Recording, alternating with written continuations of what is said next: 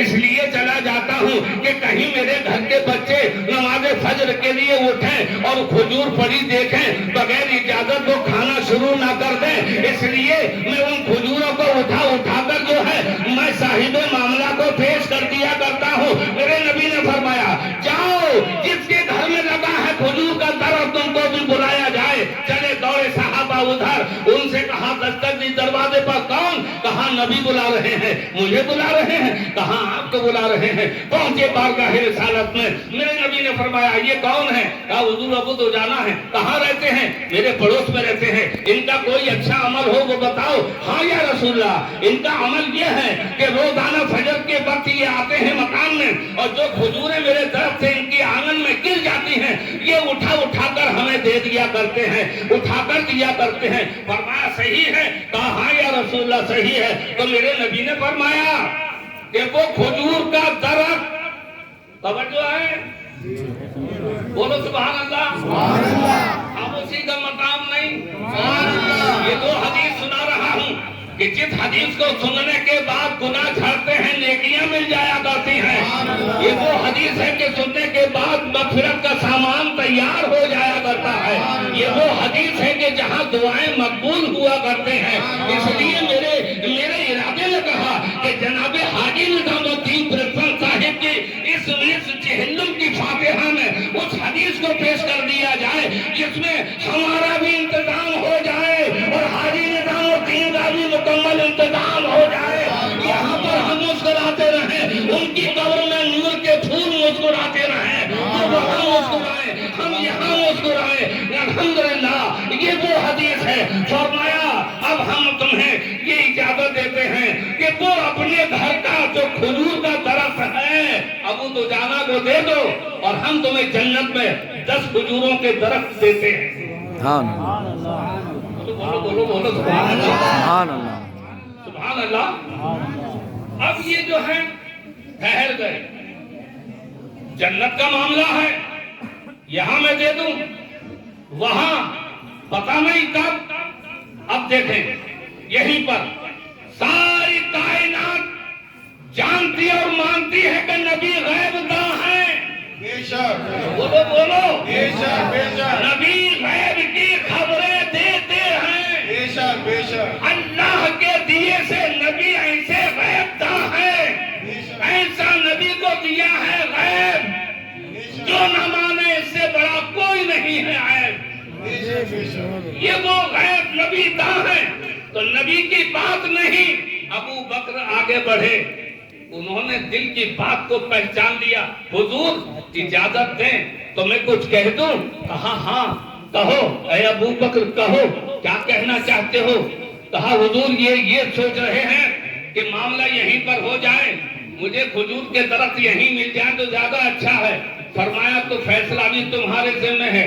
ابو بکر نے کہا یا رسول اللہ فلاں باغ میں، مدینے کے فلاں باغ میں جو میرا باغ ہے اس باغ کے آپ حکم دے دیں، میں 10 کھجوروں کے درخت ان کو دیتا ہوں اور یہ اپنا درخت ابو دجانہ کو دے دیں۔ یہ بات سامنے آ گئی، حدیث مکمل ہو گئی۔ فرمایا ہاں یا رسول اللہ منظور؟ کہا حضور منظور ہے۔ سبحان اللہ، منظوری مل گئی۔ اب یہ چلے اپنے گھر، وہ چلے اپنے گھر، وہ ادھر وہ ادھر۔ ابو دجانہ نے اپنے گھر جا کر کہا مبارک ہو بچوں، مبارک ہو۔ کہا کائی کی مبارک؟ کہا ہمارے نبی نے یہ جو گھر میں برابر میں لگا ہے درخت حضور نے ہمیں دے دیا۔ کہا ابا جان کیا بات، آپ کا دماغ ٹھیک ٹھاک ہے؟ ان کے گھر میں لگا ہے، ہمارے گھر میں کیسے آ سکتا ہے؟ فرمایا خبر نہیں ہے، خبر نہیں ہے۔ ارے انہوں نے فیصلہ دیا ہے کہ جنہوں نے مقام صحابہ پہ کھڑے ہو کر اپنی انگوٹھ سے شہادت سے اشارہ فرما دیا تو چاند نے سینہ چاک کر دیا تھا۔ انہوں نے حکم دیا ہے، نماز عصر قضا ہونے والی تھی مگر نبی نے حکم فرما دیا، ڈوبے ہوئے سورج کو واپس فرما دیا۔ یہ ان کا حکم ہے کہ جن کا قدم پتھر پہ پڑ گیا تو پلھل کر موم بن جاتا ہے۔ انہوں نے حکم دیا ہے کہ یہ کھجور کا درخت ہمیں دے دیا۔ سبحان اللہ، اللہ رات ہو گئی، سو گئے۔ جن کے گھر میں لگا تھا انہوں نے اپنے بچوں سے کہا کہ یہ کھجور کا درخت ابو دجانہ اس کے مالک ہو گئے ہیں. حضور نے حکم فرما دیا ہے اور مجھے مدینے میں ابو بکر کے باغ کے 10 کھجور کے درخت مجھ کو مل چکے ہیں. فرمایا ابا جان خیریت ہے؟ ہمارے گھر کا درخت ان کے گھر میں؟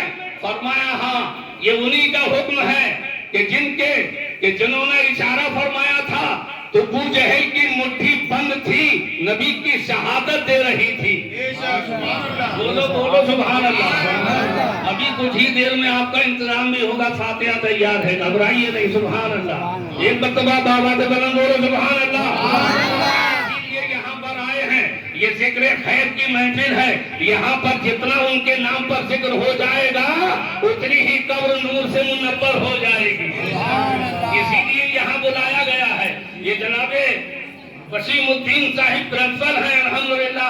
ارے جن کی محفل میں آئے وہ بھی پرنسپل, ان کا بیٹا دیکھو وہ بھی پرنسپل, لیکن آپ اب بھی خوشی سے سبحان اللہ نہیں کہہ رہے. سبحان اللہ. ارے میں تو یہ کہہ رہا ہوں کہ دعا دینا بھی چاہیے اور دعا لینا بھی چاہیے. دعا میں کنجوسی نہیں کرنا چاہیے. اگر کسی کا اللہ مقام کو بلند کرے تو خوشی کا اظہار کرو تاکہ اس میں تمہارے لیے بھی کوئی ٹکڑا مل جائے. اگر کنجوسی کرو گے تو ٹکڑے سے محروم ہو جاؤ گے. اس لیے جس کا جو مقام ہوا کرے اس مقام کو عزت دیا کرو. آج ہمیں ضرورت ہے, اس محفل پاک میں وکیل حضرات بھی ہیں, اس محفل پاک میں اچھے اچھے ماسٹر اور ڈاکٹر بھی ہیں. یہ کریم ٹائپ کی محفل ہے سبحان اللہ. ایسے ایسے چمکتے ہوئے یہاں روشن ستارے نظر آ رہے ہیں کہ جن کے چہرے کو دیکھیے سمجھے خوشی حاصل ہوا کرتی ہے. ارے جب ہمارے آپ کے چہروں کو یہ عالم ہے تو نبی نے جسے بنایا علی کے چہرے کا عالم کیا ہوگا. اور جس نے علی کے چہرے کو دیکھا, جانتے ہو علی کے چہرے کو جس نے دیکھا تو دیکھ کر کہا ارے جب علی کا چہرہ ایسا ہے تو نبی کا چہرہ کیسا. سرکار علی کی ولادت کعبے میں ہو رہی ہے اور شہادت بھی مسجد میں ہو رہی ہے. سبحان اللہ. یہ وہ علی ہیں کہ جن کے در سے ولایت بٹی تو کوئی بغداد کا غوث اعظم بنا. ولایت ملی تو اجمیر کا شہنشاہ خواجہ بنا. ولایت ملی بٹی تو کلیر میں صابر اعظم بن گئے. سید سالار مسعود غازی بن گئے. سلطان جہانگیر اشرف سمنانی بن گئے. حضرت علاؤل پنڈوی بن گئے. جن کے در سے بھیک بٹی تو کوئی جنید بغدادی بن گیا, کوئی رابعہ بصری بن گیا. حضرات یہ نبی یہ علی کے در کی بھیک. ارے جب علی کو نبی نے بنا دیا, نبی پاک نے فرمایا انا مدینۃ العلم وعلی بابها, میں علم کا شہر ہوں, علی اس کا دروازہ ہے. حضرات وقت نہیں ہے, میں اشارے میں آگے بڑھ رہا ہوں, قریب آ چکا اور